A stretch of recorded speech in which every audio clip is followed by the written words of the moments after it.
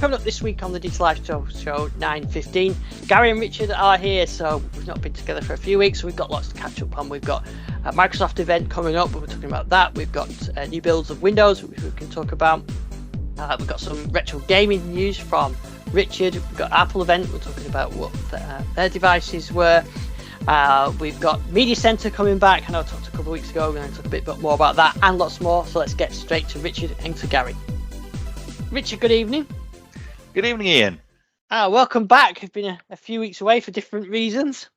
Yes, indeed. Back now for one week only. Yes, you're going on your travels again. I'm traveling. Yes, next week I'm off to North Carolina, and then the following week I'm off to Shanghai. So, got a busy time ahead of me. Yeah, that is busy. So with my Yeti-sized carbon footprint, so I do feel a bit bad traveling by air quite so much. I have to say, it's like shouldn't be doing this. So yeah, hopefully not so much traveling after this. Made up for by driving an EV. Exactly. It's all carbon offsets. I'm not quite sure how much I'd have to drive the EV to offset the epic amount of carbon being spent by me going thousands of miles around the world, but yeah, probably not enough. I wonder if you could. What was it? A conference in Shanghai? Yes, I'm going to the Cloud Native Computing Foundation's KubeCon. Wow. So it's a Shanghai version. It's obviously this is not that consumery, but it's interesting because obviously Kubernetes has been around for quite some time, and that's what this is really all about. But it's interesting to see more and more emphasis being put on sort of the Far East and Asia and what have you. So obviously having it in China opens up a whole new market, and of course it all being open source does have a certain appeal to some countries that are perhaps not quite so keen on closed source and not knowing where the code comes from. So I'm looking forward to it. I've never been to Shanghai before, so it'll be an experience. Yeah, I went must be maybe less than 10 years ago. 2015 I think it was. Cool. It's an impressive place. I bet it's pretty much changed since I'm sure it has. Anyway. Because I mean the last time I was in China I went to Shenzhen, and even there you could see the just the incredible shift to electric vehicles, for example. Just wow, everything was electric. It was very it was quite a shock actually. And talking of electric vehicles, here's Gary outside a McDonald's. He's outside extra. That's an extra, yeah. Then I'm charging slowly. Gary is speaking to us from the future. From the future, he's doing the EV driving, so to make up for your carbon footprint. He is indeed, yes. Although I have to say, so far, I mean, I'm using a Kia Niro EV, and it has been magnificent, actually. I mean, I don't know if we've spoken since we did my last major trip, which was planned.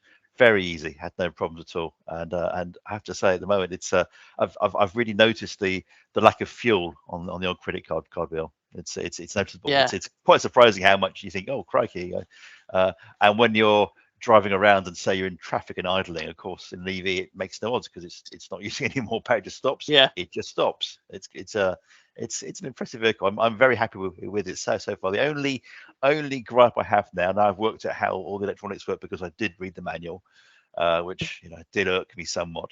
The only gripe I've got really right now is I'm not sure the air conditioning is working quite right, but that again might be me pressing the wrong button. Yeah, could work. Yeah, we can hear you now, Gary. I say Kia aircons is a mind unto its own. You have to learn what tricks and tribulations, but when it works, I mean, right now I'm pretty sure it's blowing out warm air, so that can't be right. So. We hope it wasn't blowing warm air out last week because it was rather warm last week. Well, it was blowing warm air out last week, so but it's kind of it's got cooling seats and air conditioning, and the cooling seats worked magnificently well. I had a very cold bottom, but the aircon, it was set to 17 degrees, and it was not blowing out cold air. So I may need to have a chat to the garage. But apart from that, I have worked out all the rest of the issues mainly due to reading the manual, and it is a big manual. Yeah. Yeah. Oh well, that's good. I will perhaps catch up on some EV stuff later as well because it's been a while since we've all been together. It's about 3 weeks, I think. Yeah. Yeah. So good stuff. I did enjoy the synth stuff. Yeah, it's been excellent. Couple of really good shows. I really enjoyed last week's show. The Sound on Sound is a magazine that I've been reading since I was about 15, and yeah, so it was great to meet Paul, the founder of it, co-founder of it, and the Synthfest show as well. So I shall be off to Synthfest in a few weeks, in October it is, and so I'll try and grab some content there, and maybe I have to move things around to see if I can fit some more gear in this room. Oh, I'm sure you can. I'm sure you can. Just make sure it's hidden in such a way that you can pretend it isn't there when other people come looking and say, "Oh no, there's no new gear Yeah. here." No, No, that's been there. That's been there. I've had that for years. exactly. And Yeah. that is the joy of retro tech. You can say, "Oh, I had this for years." Crikey, didn't you know? It's because it's all very retro. Yeah, and that was interesting. I don't know, you caught that as well.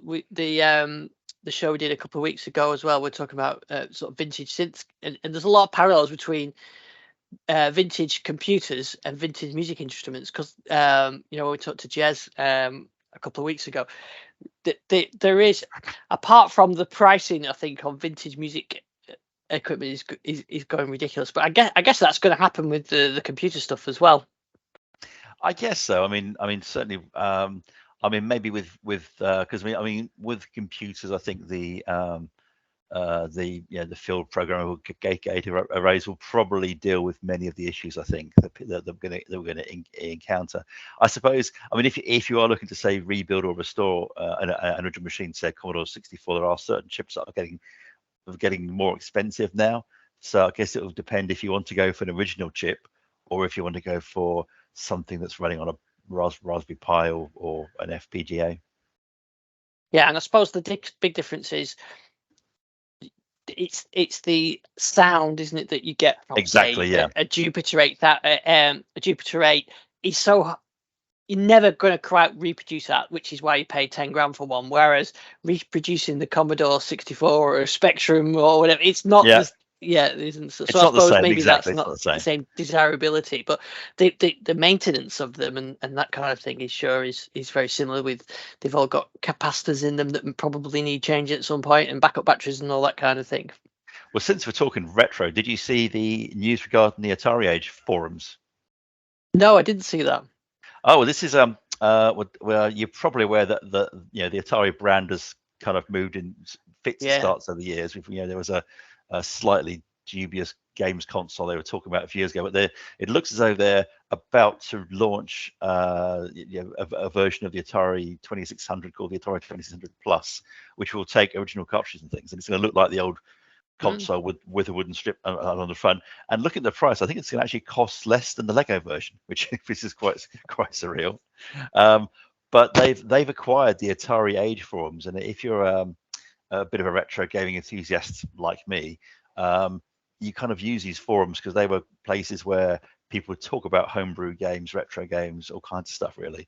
As of I think it's like now, Atari has acquired them, and the person that used to run the forums is now going to be an Atari employee. So I don't know what this means for the retro gaming community, because these forums have been around longer than the current incarnation of Atari, for example. So you think, okay, it's been around for 20, 25 years.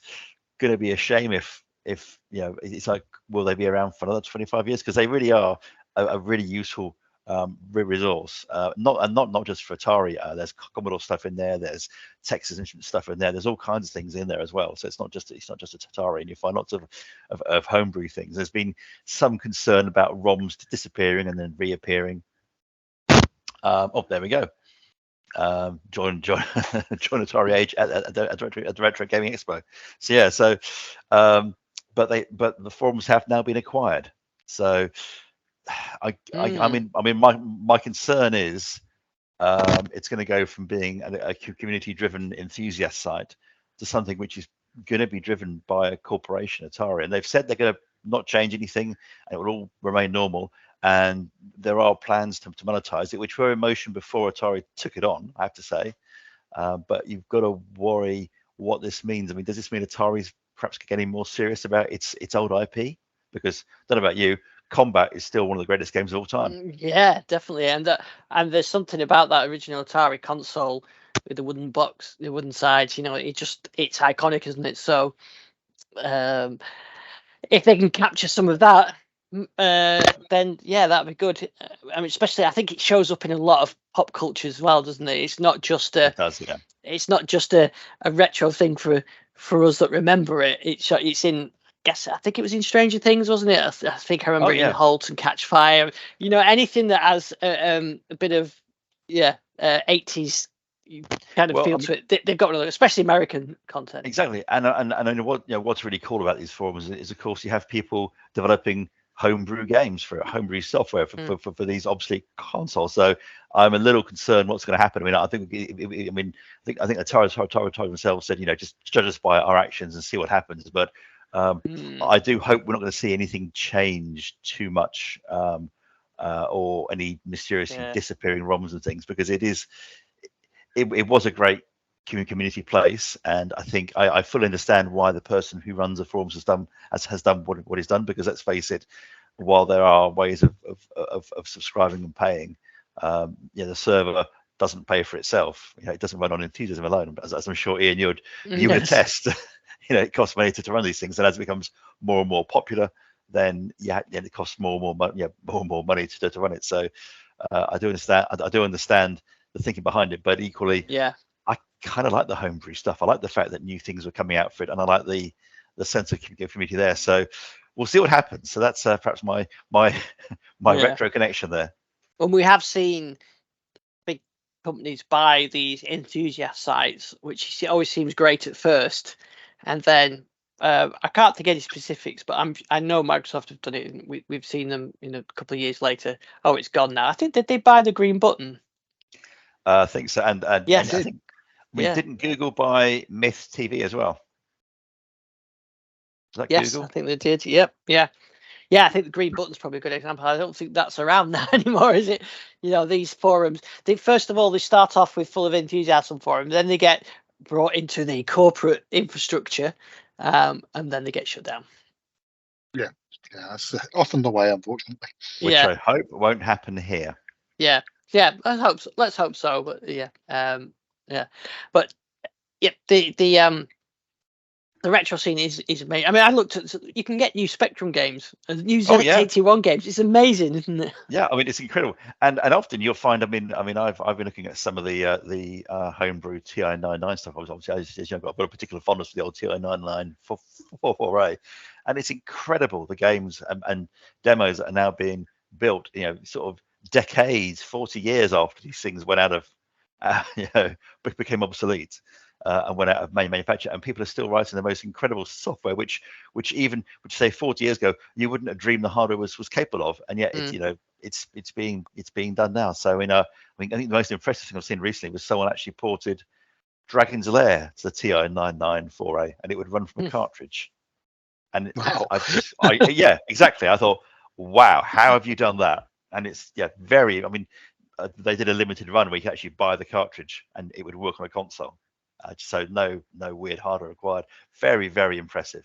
I have to say, not quite as high resolution as a Laserdisc version. Just want to say that. But the fact it's even there is okay. Just incredible.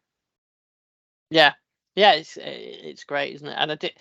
And just like the music tech, I do wonder, in 40 years' time, what's the chances of a Surface Pro or your MacBook being able to use it and get stuff working on it? It sounds pretty remote, really. Or a Surface Duo, Ian. Yes.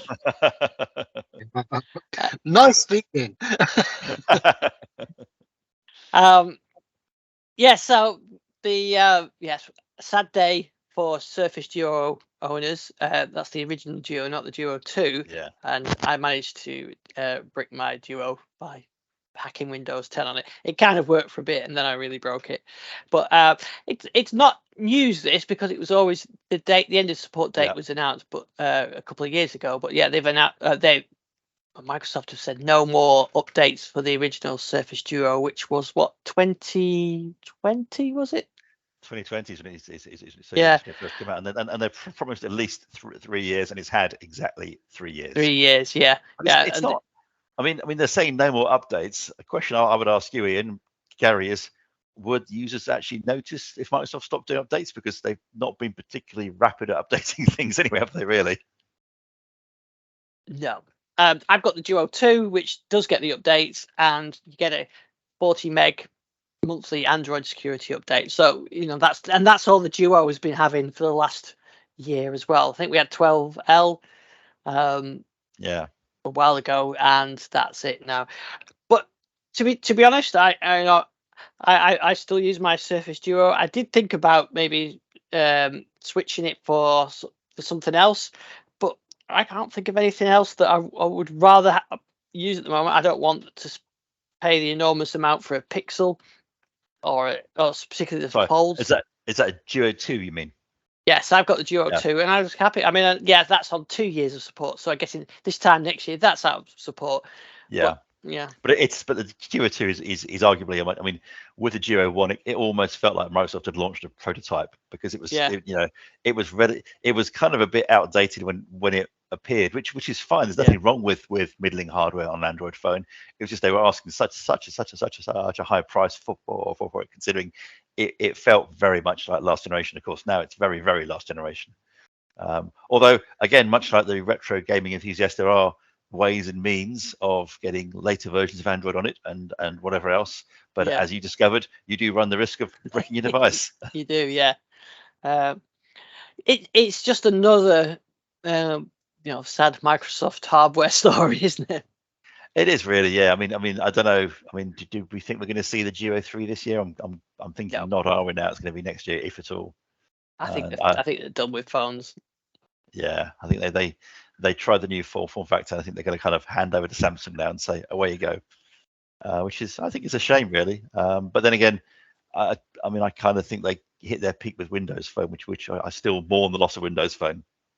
Windows Phone with the Microsoft band, the perfect combination. Yeah, the band was great as well. The band was a great device. I mean, obviously we'll talk about the Apple event, but they showed off the latest generation of the Apple Watch, and it's like when that first appeared, it was a joke. It was a really rubbish device, and Apple have stuck with it, and it's now become you see an awful lot around after they went through the first 2 years or so of it being a bit who'd have one of these. Now it's like you see them everywhere. And that's the difference between Apple and Microsoft, isn't it? Other than Newton, Apple tend to stick around on products. Yeah. Yes. I mean, there are some things which they'll step back from. I'm not sure how much they're doing around HomeKit these days. I mean, I think they almost wisely only dabbled in the smart speaker market, because obviously you're seeing companies like Amazon and Google now thinking, are these a good idea after all? Because they're very expensive. And what was their Wi-Fi router called? They did a Wi-Fi box, didn't they? Was it yes, Apple? they did, yeah. I should know, because I've got 2 of them, and they've not been turned on for about 3 years. So because they were basically rubbish. So Apple did back away from those, but they have, again, with the watch, they've stuck with it. The phone, obviously, they've done very well with the phone. I wonder how they get on with the VR headset. Yeah, I've been interested. That's one of the ones they stick around with. Interesting on HomeKit, they that's very much still around, because it's part of the Matter standard, and Matter integrates in HomeKit very, very well, apparently. Unlike a lot of other things, it doesn't seem to be well with smart things. It's one thing I'm hearing quite a bit at the moment. But it's nobody's. I mean, just a quick aside here, but Matter seems to be one of those standards which is not quite a standard, and it's becoming very obvious that not everybody's interpreting it in the same way. Yeah, I think you're right, though. That Apple persevere with the devices, and they get there in the end. Microsoft tend to be too early, and then give up too early. And like we said, the Windows Phone, the band, all these other things, they're either way too early or way too late, and they never seem to quite find the sweet spot. Yeah, I agree. I mean, I'm still heartbroken by the obviously Windows Phone was bad. Media Center, which you have teased us. You have teased us in the show notes. So I'm looking forward to doing all about that.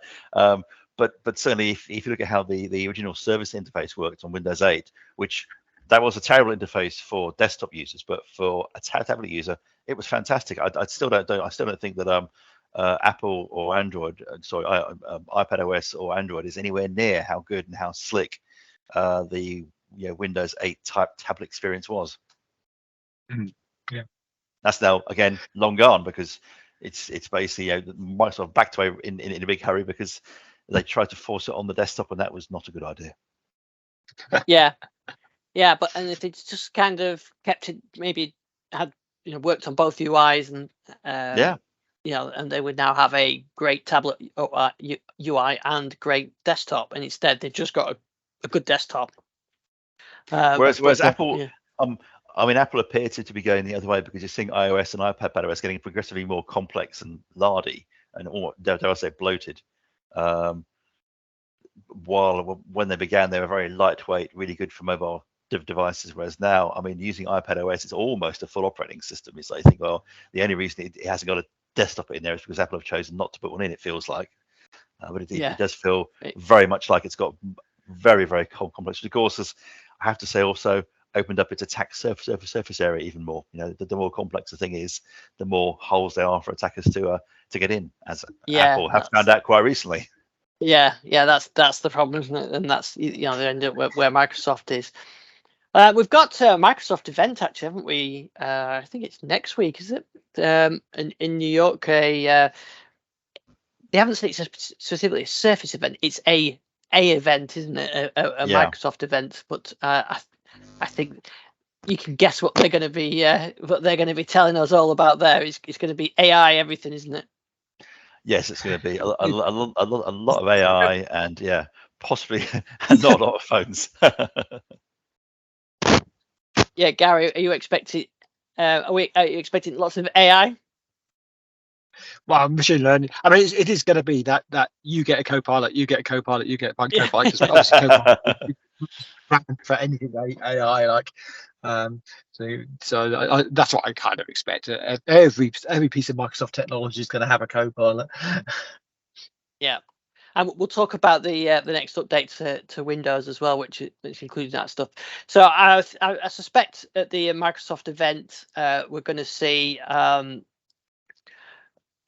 new Surface hardware, and then I think they'll talk some AI stuff. But aside from the AI side, so I'm hoping we'll get to see a new Surface Go, but I'm pretty sure we won't see an ARM-based one.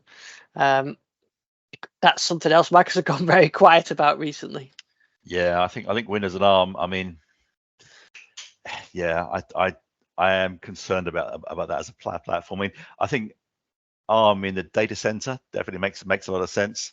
Windows and ARM, they've had a few years of this now. And they have been working hard at it, but I think certainly in the last year they appear to have slowed right down. I think the Volterra device is perhaps the last big push. And since then, I don't know. We'll see. But it kind of feels that. Sorry? You never quite know, but you never quite know. No. What's described Microsoft as a company of innovators driven by accountants. So well, exactly. You get accountants to start making the decisions. There's a lot of investment and no return. Well, exactly. You kind of look at Windows on ARM, and when it first appeared, I guess, is it 5 years ago? When did it first appear? Wasn't I at CES when Steve Ballmer showed off running on? Yeah, but that was him. Yeah, but in terms of actual devices appearing, you could buy. Yes, it was. I think the Lenovo was one of the first, the laptops. The problem they've got is the ARM chips that they use, and they have kept, obviously they've kept upgrading them. I would say the Intel chips are probably, while they're still behind in terms of power consumption things, the gap isn't quite so big anymore. And you don't need a laptop that lasts for 24 hours. 12 hours will probably do you. And modern devices can probably do that now. So I'm not sure the benefits versus the disadvantages, the balance isn't quite as clear as it was when the ARM devices first appeared. It was a case of, okay, either you can have your Windows laptop which will die in a few hours, or your Windows on an ARM device which will go on forever or a lot longer. Whereas now it doesn't feel the gap is quite so wide as it used to be.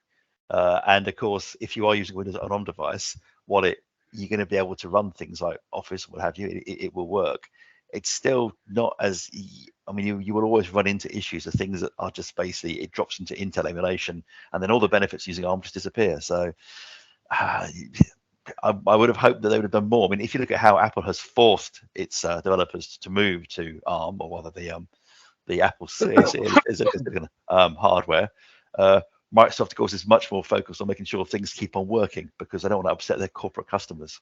And so the dev box was perhaps the Volterra, which became known as the Windows 2023 dev kit or something. I think what it's called now. That was a way of trying to encourage developers to write more ARM stuff, but I'm not sure developers really care anymore. I mean, let's face it. I mean most apps are going to be served up by the browser now, aren't they? So yeah, who cares? Yeah. I mean, Gary, what's your? I mean, from a dev standpoint, what's your take? Yeah, I can't remember the last time I wrote a desktop app. It just doesn't happen now. People either write browser apps or sometimes the apps for mobile, but it's basically everything's browser based. Yeah. So really, it's just making sure that the core OS works. So maybe there's still chance for ARM then, but there's always this fallback, and there's always something that you run natively, and it's just not quite right. I think that's the problem. Well, exactly. I mean, I use Windows on ARM on a regular basis, and it's it's great as long as you're running as long as you're on native ARM apps. But as soon as you drop into anything that needs Intel, it's like wading through treacle. It's just it isn't a good experience. I mean, it's got better, but it's still not great. And you know when it's happening, it's like, I appear to be in Intel mode now, and yes, I am. There we go. It's turned into sludge, and that would be why. Which I think is a real shame. I mean, I'm not sure what Microsoft can do from an OS perspective. I think the OS team has done a fantastic job, but it's just it was kind of missing too many things from the gate. I mean, I couldn't believe that things like Edge weren't available when the Surface Pro X launched, for example. Still couldn't get my head around that it launched and you expected to run Microsoft's own tools in emulation. I mean, it's only been, was it this year or late last year that I think Visual Studio went ARM native. So again, it's like all these things which should have been there weren't there, and I think we're kind of paying the price now because and the other thing is, of course, ARM devices, you would expect them, obviously, but we'll take Apple away from this equation. Traditionally, you'd expect them to be cheaper or inexpensive. And of course, what Microsoft did was that all the hardware up until the Volterra was very, very expensive. The Pro X, really expensive. And I think it was a very difficult sell to say, well, here's a Pro X, or I mean, they've even tried to merge the branding together in the most recent Pro lines. But here's the Pro, the ARM version, and the Intel version. And it's a case of, well, the Intel version is actually often cheaper and you get more bang for your buck. So I'm not an Intel fan. I guess I'm a bit disappointed, really. Yeah, I know what you mean. We'll find out. We'll do a pre-show chat next week. I think the event's on the 21st, but I think we're expecting Surface Go, maybe Surface Pro, Surface Laptop Studio 2, maybe something like that. But we'll chat. But I think the big part of it will be talking about AI, and that sort of leads me on to the 23H2 update for Windows. For Windows 11, which is due in October. I'm pretty sure they'll talk about this update then. It's not a big 4 gig build update. It's the one that's the changes that are in the beta channel. I think I've mentioned a few times. I'm pretty sure that's the update, and I think the event will confirm it. But that's got Copilot in there. It's got AI recommendations. I mean, we've had this kind of thing before, but yeah, AI recommendations in the start menu and in File Explorer, and Copilot is a big part of that as well. So I think we'll see that. Although it's very basic what you can do in Copilot in Windows at the moment. You can turn dark mode on and off. I think you can turn Bluetooth on and off, and I think that's about most of the stuff I can find you can actually do with it.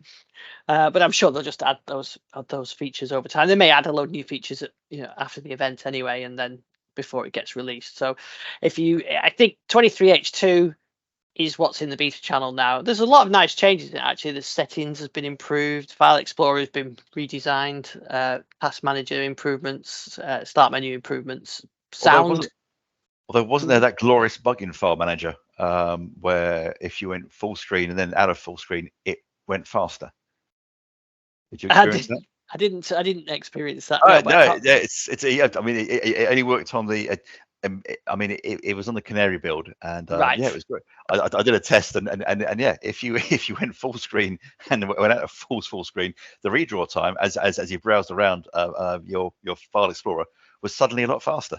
So that's a nice bug. It was a good. It was a a bug for good as opposed to a bug for bad. So it was good. I did ask Microsoft if it was going to stay, and they said we're not talking about that. Obviously, we're just going to keep tweaking things. I suspect it'll go away, but it did make me laugh at the time. That was last week, I think that cropped up. Yeah. So I think this update's going to be quite nice, actually.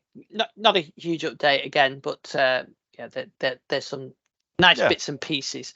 The actual Dev and Canary builds, we've had some of those recently, but actually for the first time in a long while, I haven't even bothered to do a video in the last Canary, the last Dev build, because there was literally nothing in it. It would be a video of nothing because I can talk about changes even if they're not maybe in the build, but the last one was terrible. I had nothing in, so I didn't do a video. Interesting enough, though, I look at the stats on the YouTube views of the build videos, and they have dropped off significantly. So back in the Windows 8, Windows 10 times when we got a build, when it was a bit of an event, wasn't it, when we got a new build? Perhaps it wasn't every week, was it? It was, it's a new build, this is, go and grab it, and then I was getting sort of thousands of views of the build videos. Then since Windows 11 has gone and to the sort of the weekly ones, they've dropped into the hundreds. The last few haven't even made double digits. So wow. That interest in builds has really dropped off. So I don't do the videos for the reward, because you're not going to get much reward for doing build videos. But still, if the interest isn't there, then I guess I'm going to be a bit more choosy on which builds I do now. Perhaps just stick to the ones that have significant things worth talking about in them. Otherwise, I'm talking to myself, which I do quite often. But despite the fact they're only short videos, they take a bit of work to do a video, build video, because you've got to find out what the issues are. You've got to install the build, find what the issues are, record the video, edit the video, and of course, what they've done the last few times, they keep releasing them on Friday nights, which is usually my couple of beers and gin and tonic night. So I'm not going to be doing build videos on a Friday night. So, so I'm still going to do them, but I think I'm going to be more choosy now into, get the ones with significant changes in there. Otherwise, there's just not a huge amount. And I think even we've had a pair of builds today, haven't we? Because we're recording later. We're recording Wednesday this week, so we had a Dev and a Canary build, but there was only minor changes to the share box and the taskbar thing, and the rest were fixes. And the Canary channel didn't really have any major changes. All the interest is actually in the beta channel at the moment. That's where all the interesting stuff is. So I am going to do a video on the next update to Windows 11. So. But yes, I'm glad I didn't decide. I decided earlier not to do the Canary ones, because that would be very little, because they don't put very much in the details. But there's not much in either of these. But I am currently installing. Oh, there you go. It's ready for a restart. I am installing the Dev build now. So if I find anything interesting there, I can do a video on that. But we've had quite a few builds in the last couple of weeks, but nothing of significance. Well, I mean, you say that there is something quite major, I think, in the latest Canary build, which may be more of interest to enterprises, but it's the changes to the SMB client, which yes, I did write about those. That could cause some fairly major problems for people, I think, if they've basically it's blocking NTLM for outbound connections, and that's I can see that causing some problems for people who aren't keeping. I mean, to be fair, it's a good change, because you need to force people to be more secure. It's good. but I can see that if you've, it's kind of almost a shots fired from Microsoft to say this is coming. You need to get ready for this because it's in the Canary, and I'm pretty sure it's going to make its way in all kinds of places. Yeah, I'm sure. I kind of read as it was like an admin controlled option rather than a hard switch off or forced policy. Yeah. I mean, the admin can choose to do it, but it's just something that's I was quite pleased to see it there, and I kind of hope they can do more things by default and turn more things off. But again, Microsoft, as you said before, are all about backwards compatibility and not upsetting their big clients. Yeah, and these changes, these 2.5 range, I guess will be 24H1 or Windows 12. Who knows? But Windows 12. I mean, this could, as you keep saying, this could be Windows 12. Yeah, I mean, it could be. These Canary builds could be Windows 12. Even the dev builds could be Windows 12 because they're not going to be 23H2. So I miss those old days though of where it went to fast ring, slow ring, and then it went to release or skip ahead, fast ring, slow ring, then released. That set structure isn't the same anymore, is it? New features turn up in beta channel, then they go to Canary, then they go to dev, or they can go any way around, can't they? So but anyway, they're still working on these builds, and there has been some nice features. There was a couple of nice features on I think the paint has got removable background, although I didn't get that feature, so I've not switched that on for everybody yet. So there's a few bits and pieces with I think Notepad remembers where you were, doesn't it now? I think, or that's coming anyway. Notepad alone. Stop playing with Notepad. Yeah, I knew you'd say that. So there's been some interesting build type changes, but there's not been anything significant. But what there has been while you've been away is the return of a very old favorite. So I got an email from one of the developers of Emby talking about their new front end for Emby, and it's been a while since we've talked about it. I've used it quite a few times. It's great if you've got your own media on a NAS box or drive or whatever. You can share it out, and they have a whole variety of clients. But what is really great is they've got a new UI client for the for Emby server. It's the new UI for Emby based on Windows Media Center, and they have done an amazing job. I'll just skip along slightly, but to bring that interface back to life, and it's not even executable. So say again, Gary. It's got a green button. It's got a green button, and hey, look at that! As this, like I say, you're not hearing the sounds, but the sounds are the original sounds. You've got the scrolling left to right with the pivot tables of the pivot options as you add in Windows Media Center. Has it got live TV and recording TV, or is it just browsing? It's the media server. So whatever you've got on your Emby server, you can consume on here. So if you've got live TV set up on the Emby server, then you can have it on here. I'm not sure they've got EPG, but I tested this and it works. And it works through the browser. So it's not even you don't even have to install anything. So what I did to test this was I fired up Emby media server on my Raspberry Pi 400. And you just I think that once you signed in your media Emby server with your sort of account, you can then just go to, I think it was like wmc.emby. Whatever the URL is for them, and you put a pin code in which matches up to your Emby server, and then this is the interface you get. It's just Windows Media Center. There's a basic, there's a free version, and then they have I think it's a premium license where you can do your sort of cloud syncing and that kind of thing.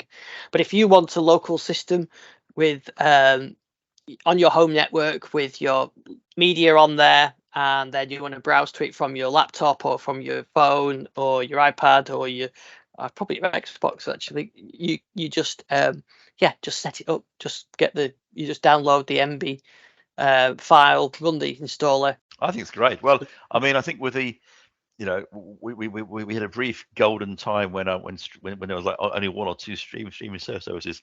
Now there's loads. I'm going back to thinking, you know what, I would actually prefer to have my media that I care about as hard copy again, and not use streaming, because I can never tell if when I'm streaming it, it's going to suddenly disappear for, you know, unless I've paid for it. Yeah, it's great. I'm really pleased. And the developer, he did say to me that if anybody's got any questions you want to ask him, let him know, or let me know, and I'll put the questions to him. It sounds like you need to arrange an interview.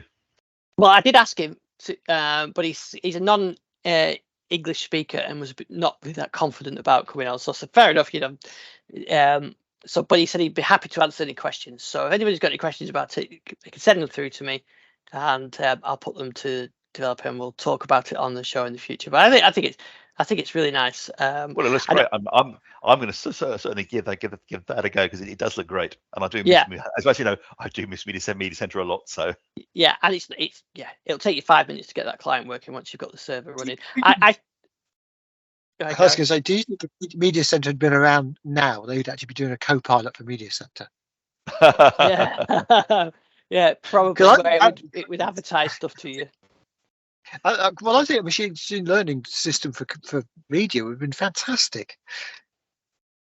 Well, yeah, I mean, that's what you get now, isn't it? With all these services, you have recommendations, but having one that understood you and then could reach out to the right service. I mean, I use sometimes people say, oh, you've got to watch such a film or such a series, and I end up, I think I've got an Android app which is called Just Watch, where you can put in the program or the film and the series, and it'll tell you which service it's available on, because it's so hard to find stuff, you know, which one you've got, you know, which one's it available. It's a film that somebody says, oh, it's great, you'll absolutely love this film, and say, well, which one's is it on? Maybe with a bit of AI that will reach out that and recommend it and tell you which ones you've got, and that would be a great idea. Microsoft could bring it back.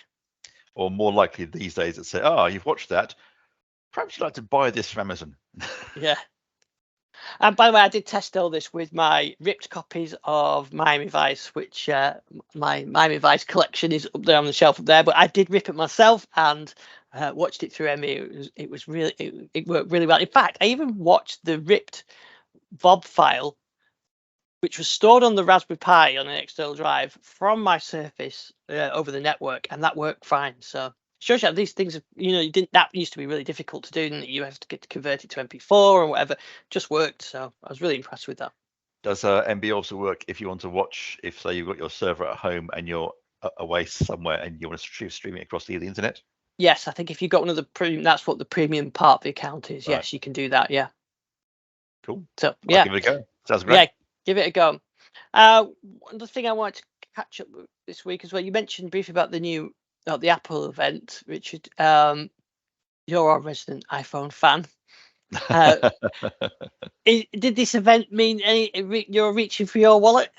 No, not really. I mean, I guess it's a new iPhone with better camera, goes a bit faster, screen's a bit nicer. Nothing I would say particularly revolutionary. I guess the big change is that, of course, Apple has now invented USB-C, and it's the best thing ever if you listen to many Apple fans who may have dismissed it in recent years. But aside from that, I think it's the same as last year, the year before. I just can't really get excited about these devices, because they're very expensive, and they just don't seem to me to be significantly better than what you've got now. So you're talking. I mean, that's basically from $999 basically for a phone. And if you had one last year or the year before, I don't feel this is significantly better. Gary, I mean, maybe you've got an opinion, but it doesn't seem to be a huge jump to justify upgrading. I mean, maybe in 2 or 3 years' time, perhaps. Although one thing that was interesting was, of course, yesterday, the launch day was also when I think one of the French authorities banned the selling of iPhone 12, didn't they? Which happily Apple dropped on the same day, because they were producing excessive electromagnetic waves, which they they're quite concerned about. Apple, of course, strenuously deny that and say they're fully compliant. But the issue is, of course, these devices can pump out a number of watts per kilogram of soft tissue, and that may cause issues. And so out of an abundance of caution, the French authorities have said no more iPhone 12s must be sold. Apple, of course, have said they are compliant with all rules, but of course, being the iPhone 15 launch, as far as Apple's concerned, the iPhone 12 has now gone anyway. It's dropped off their website. Yeah, I think like you said, there's a whole problem now with the phone industry that PC industry had for a while, and probably has still. Really, is these things get better and better incremental updates, but there's not these giant leaps of innovations that you've not gone from the original one to the 3G or to even the 4. Did I miss incremental? Did I miss it, or I mean, I'd thought the Pro was going to have a better telephoto lens. It doesn't seem to. They don't seem to have done that, or have I missed that? I don't know. I used to really enjoy watching these events, but yeah, the unless you die, I watch the Microsoft one, but unless you're reporting on it, I don't think anybody. Do people really like these events? Watch these events? I suppose the Apple ones and the Samsung ones probably get the consumers. The Microsoft one to a lesser degree, but that's got to be it, isn't it? Now, I mean, these, but yeah, they look great. The hardware's always been great, and the OS as well. But yeah, if you've got a 14, you're certainly not going to be swapping that, are you? Really, unless you're just buying them for a status symbol. Well, yeah, exactly. I mean, I've got a 13 Pro here, and I wouldn't bother going for the 15. So maybe next year or the year after, I'll reconsider. I mean, what I'm really looking for now, and I think actually in common with many consumers, is a really good camera. And I'm just not seeing that. I mean, they've increased the megapixel count, but I was looking for something that was quite revolutionary, particularly with regard to low light, and I simply didn't see that this time round. Maybe I missed it. Hope so. Yeah. Yeah, I know, Gary, you're not a fan of these either, so you're not going to be looking to shell out for one of these. Definitely not. Although having mentioned HomeKit earlier, I have to say that it's starting to get quite impressive, the automation system. So yeah, I think like they're really nice. It's like the Samsung, the S23 and the S22. There's not a huge amount of difference. You're seeing the innovation perhaps with the folds, like the Pixel Fold, the Samsung folds and flips, and even the Duo. But yeah, I think even talking to my son who's got the flip, he likes it now, but the novelty has worn off, and I think next time he would just get one of the standard form factor ones. I still like the dual screen, and I know I'll probably go back to a single screen because I don't want to pay the premium for the foldables, but I'll miss it, but not enough to pay. I don't know what the Samsung Fold, it's like 1,500 quid, isn't it? It's nearly it's these iPhone prices, so it's a lot of money. Yeah, I think nowadays, I mean, we're actually in a stage which is quite good for consumers, because a 2-year-old phone or a 3-year-old phone is almost just as good as a brand new phone. There's such a small difference in it. It's not worth that extra premium. And a 2-year-old or 3-year-old phone is going to cost you an awful lot less. I mean, the one I'm holding in my hand was less than £300, and yet it's 3 years old, but it feels like new to me, and it works just as well. So yeah, I think that there's a lot of case for said for not actually buying new phones at the moment. I think so. Yeah, it's waiting for innovation, and although I don't know whether consumers really want it anymore. I think factors. I mean, I was just looking at the camera on the 15 Pro Max, which is the big boy of the Apple phones, and that has got a 5 times telephoto lens. But again, I wouldn't call it particularly innovative, really. So yeah, as Gary says, there's not a lot here that would make you want to move from a phone that's 3 years old. To be honest. Yeah. Apart from obviously, we mentioned at the opening of the show that after a few years, devices will stop being supported. I mean, I think with iOS 17, Apple will drop support for the iPhone 10, I believe. So devices will start falling out of support, and that could be the time to make the move if you start getting updates and fixes. Yeah, that's it. And it's things like your banking app, isn't it? If it doesn't support doesn't support the version of iOS that you're running. Yeah. Yeah, that's when or Facebook, or whatever the apps that people are using, the Uber app or whatever, particularly the banking ones tend to be the ones that always want the highest versions of the OS, which makes sense. And that's when you kind of get pushed forward. And I think the other thing is battery life, isn't it? The battery life in these phones degrades. So whereas the OS is fine, you're getting the shorter battery life. So then you have to look for something else. But like Gary said, you don't necessarily have to reach out for go out for the $1,500 top of the range ones, but for some people they are a status symbol. But it's a bit like with laptops, isn't it? Now laptops, there isn't the great leap in between the Dell XPS 15 from now to the 2-year-old model. You can't you probably be hard pressed to find the difference in overall performance. They might have changed the form factor slightly and they've got the better processors and whatever, but it's not a huge amount of change, is it? And I think that's something that affects PC sales. That's why I think they've dropped off again, isn't it? After the initial bump from the lockdowns, it's now the sales dropped off because the one that you've got during lockdown, because you needed it to work from home, is working fine, and you don't need a new one. Yeah. But yeah, so I think they've got that sort of interesting dilemma of innovation, and Apple aren't really trying anything other with in terms of form factors. They're sticking with their traditional form factor. Yes, unless of course you count the VR headset. When it finally appears. Yeah. Yes, which is something different, and like I said, that's interesting to see how they progress with that one.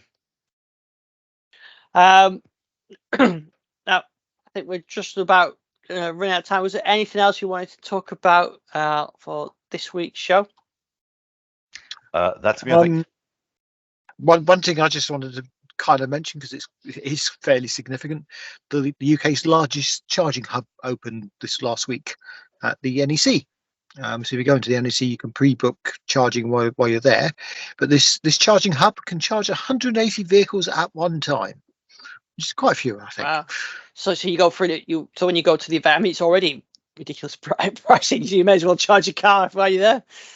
Yeah, and you can. I mean, it's not significantly more to have the charger than it is to do it not on the charger.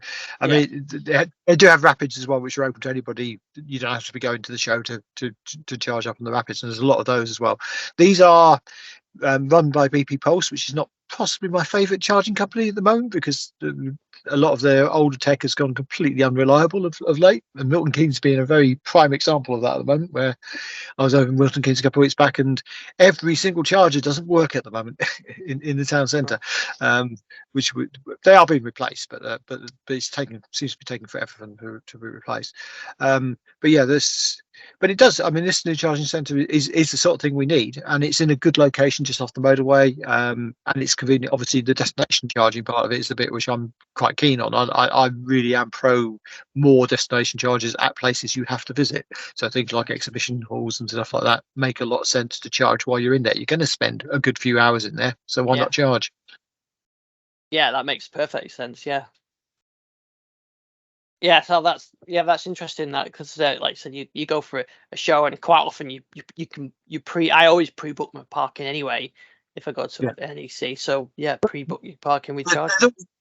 Always have been a few pre-bookable chargers at NEC, and I've used them in the past, but there's only a very few of them up to now. This definitely expands that greatly and makes it a much more viable thing to do.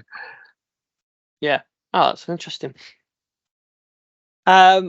Oh, one other thing I mentioned as well, I have got a couple of new tracks on Spotify, Apple Music and Amazon Music as well, where I've made use of my Selena string ensemble, which I talked about a few weeks ago, and vocoder as well.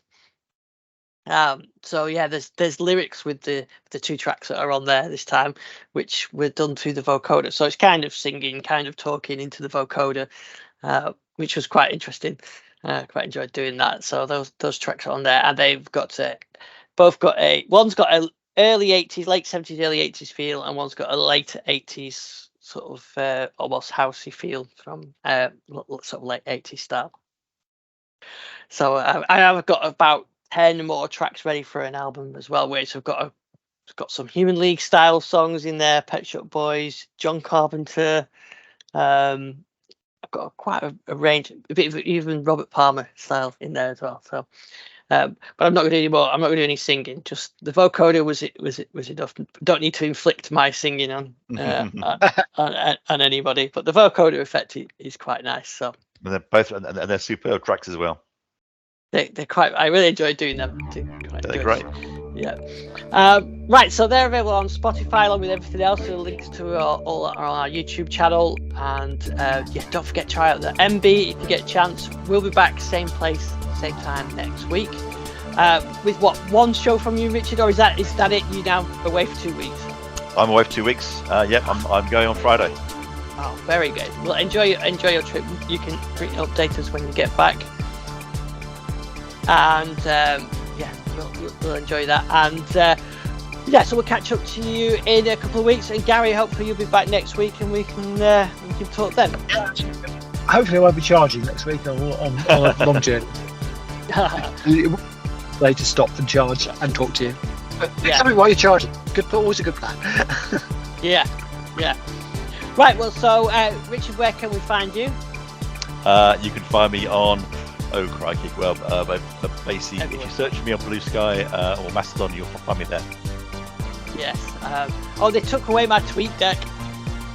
I know. So I'm no longer using Twitter now. I'm done with that now. I think it's your Exit deck, is it? I don't know what they call it. Yeah. What it's called now. It's an X deck. X deck. Yeah. It was the only way I could actually function on Twitter, was using that, and I'm not paying for it. It's just not worth it. So no more. So I've stopped using it. So good plan. Well done. One way of getting me off it. Gary, where can we find you? You can find me at Gary with 2 R's WMA on all the social media platforms. Yes, and I think you can find me. You just go to thislive.com. You can see my hyper follow where everything is there. I am on Twitter. I just haven't got the energy to use that horrible Twitter client.